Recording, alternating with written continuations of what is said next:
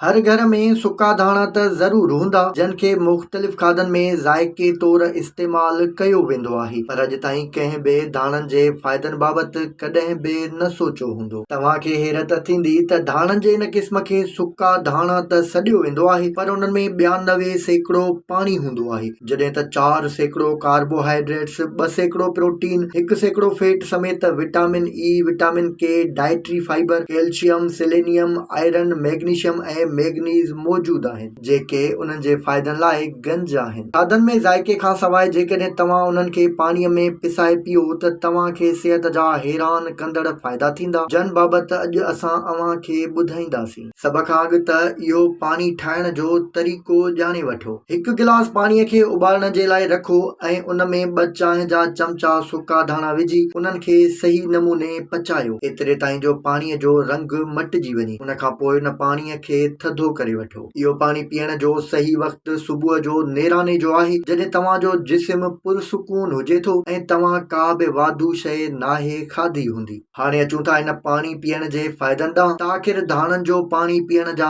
सिहत लाइ कहिड़ा फ़ाइदा आहिनि। सुकनि धाणनि जो पाणी पीअण सां दिलि मज़बूत थींदी आहे। इहो पाणी घबराहट ऐं बेचैनीअ जे लाइ तमामु फ़ाइदेमंद आहे। गर्मीअ में इहो पाणी तव्हांखे डिहाइड्रेशन खां बचाए थो। इहो पाणी कोलेस्ट्रोल ते ज़ाब्तो रखण में बि वॾी मदद ॾींदो आहे। सुकनि धाणनि जो पाणी मादे खे थधो रखण सां गॾु सोॼ ऐं साड़ो ख़तमु कंदो आहे। हाज़मे जे लाइ सुकनि धाणनि जो पाणी तमामु बहितरीन इलाज आहे। बुख न लॻण ऐं गैस जे ख़ात्मे लाइ इहो पाणी जादुई असरनि वारो आहे। इन पाणीअ सां चहिरे जा दाग धब्बा ऐं निशान ख़तमु करे सघजनि था। वात जी धप जे ख़ात्मे लाइ नेराने इहो पाणी पीअण कंहिं इलाज खां घटि नाहे। धाणनि जो पाणी होड़नि ऐं महारुनि मां रत वहण वारे अमल खे बि रोकींदो आहे। इहो पाणी बेऔलादी वारे मसइलनि लाइ बहितरीन ऐं आख़िरी नुस्ख़ो आहे।